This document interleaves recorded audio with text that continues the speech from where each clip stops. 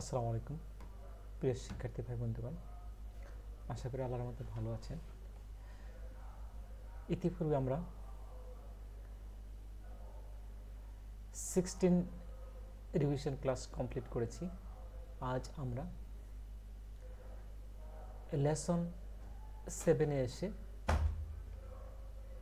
17 class start করতে যাচ্ছি। 17 ক্লাসের রয়েছে পার্টস অফ স্পিচ,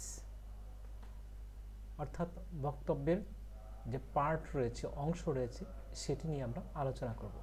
অর্থাৎ আমরা যদি কথা বলি, কথা শুধু বললেই হলো না, কথাগুলো ইংরেজি গ্রামার অনুযায়ী বলতে গেলে সাজিয়ে গুছিয়ে বলতে হয়। আর এই সাজিয়ে গুছিয়ে বলতে গেলে সেখানে পার্টস অফ স্পিচের ফর্মুলা ইউজ করতে হয়।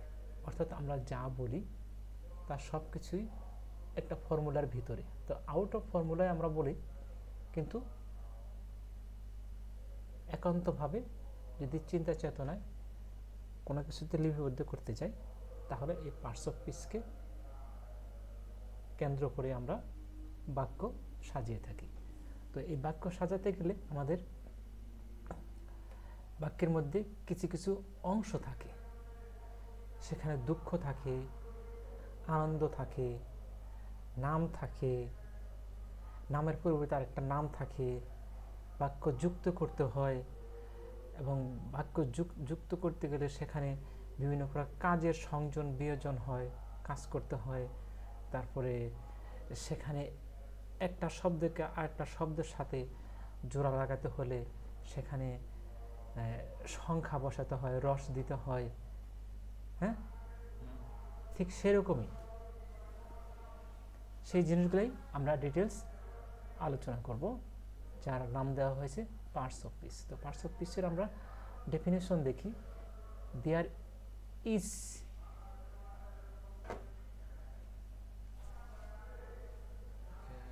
ইচ ওয়ার্ড, এখানে একটি কারেকশন হবে।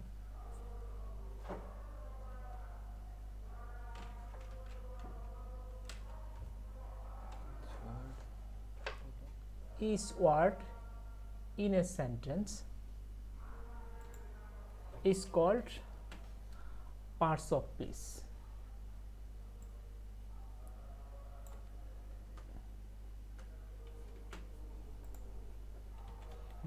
সংজ্ঞাটি আমরা আবার পড়ি।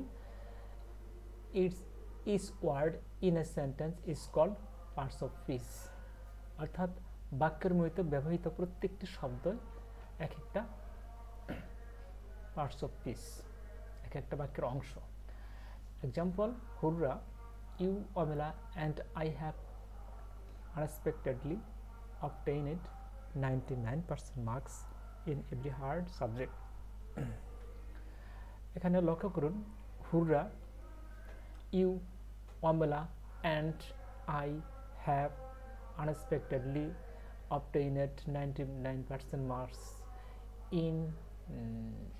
in every hard subject. এগুলো কিন্তু এমনিতে যার যার মতো যেখানে ইচ্ছে সেখানে বসে যায়নি। এগুলো এক একজন এক একটা কমান্ড মেনে চলেছে। আর যেহেতু কমান্ড মেনে চলতে হয়, তো ক্রম অনুযায়ী, নাম অনুযায়ী তাদেরকে সাজাতে হয়। যেমন এখানে আনন্দমূলক বাক্য বসানো, এটা একটা আনন্দমূলক বাক্য। যেহেতু তারা 100-র মধ্যে 99% মার্কস পেয়েছে, তাহলে সেটা একটা আনন্দমূলক বাক্য। আনন্দমূলক বাক্যকে প্রকাশ করার জন্য ইন্টারজেকশন বসানো হয়, interjection marks. Hurrah, hurrah interjection word, এই ওয়ার্ডের শেষে ইন্টারজেকশন প্রকাশ করার জন্য এই এক্সক্লেমেশন মার্কটি বসানো হয়েছে। তারপর ধরেন ইউ, আই, এ দুটো হলো প্রনাউন। ইউ যে কোনো একটা মানুষ ছিল, তাকে নাম না বলে সরাসরি ইউ বলা হয়েছে। আই মানে নিজে, কর্তা নিজে। তো ইউ, আই কোনো মানুষের নামের পরিবর্তে ব্যবহৃত হয়েছে, তাই এটা হলো প্রনাউন। তারপর দেখেন অমেলা, একটি ব্যক্তির নাম। তারপর সাবজেক্ট, সাবজেক্ট এখানে নাউন হিসাবে কাজ করেছে, যেটা কমন নাউন হিসাবে বসেছে। সাবজেক্ট সেটা যে কোনো সাবজেক্ট হতে পারে, তাই এটা কমন নাউন। তো তবুও এটা একটা নাউন। তারপর ধরেন অ্যান্ড, এটি যুক্ত করেছে, যেমন ইউ, অমেলা অ্যান্ড আই, এই কয়েকটি তিনটি নামকে অ্যান্ড দ্বারা যুক্ত করা হয়েছে, তাই এটা হলো কনজাংশন। আবার হ্যাভ অবটেইনেড, হ্যাভ এখানে অক্সিলিয়ারি ভার্ব, অবটেইনেড এখানে আপনার মেইন ভার্ব হিসেবে কাজ করেছে।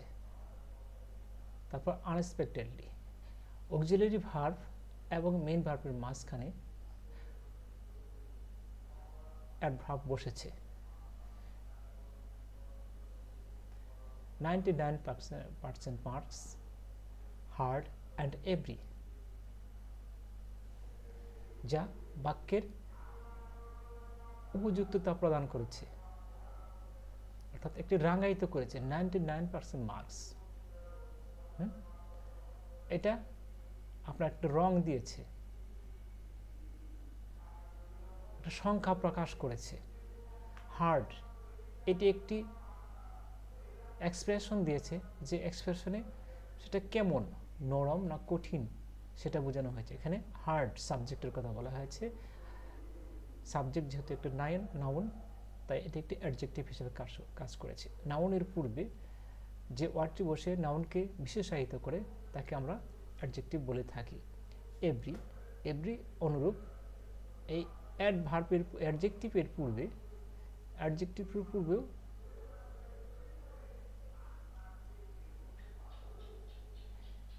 পূর্বেও আরও একটি অ্যাডজেক্টিভ বসতে পারে।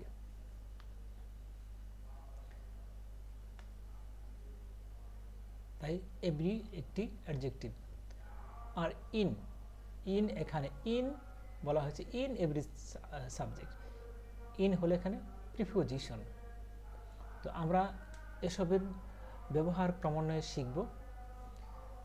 তো according to above discussion we get 8 types parts of speech. আমরা 8 প্রকার পার্টস অফ স্পিচ পেয়ে থাকি, যা ইতিপূর্বে আপনারা দেখেছেন। হয়তো এলোমেলো বাক্য অনুযায়ী আমরা এখানে তুলে ধরেছি। Interjection, pronoun, noun, conjunction, verb, adverb, adjective, interjection. এখানে 8টি পার্টস অফ স্পিচের নাম উল্লেখ করা হয়েছে, যা একটি বাক্যের মধ্যেই প্রকাশ পেয়েছে। Hurrah, you, Amela and I have unexpectedly obtained 99% marks in every subject. তো প্রিয় শিক্ষার্থী ভাই বন্ধুগণ, আজ ছোট্ট করে ক্লাস নিলাম।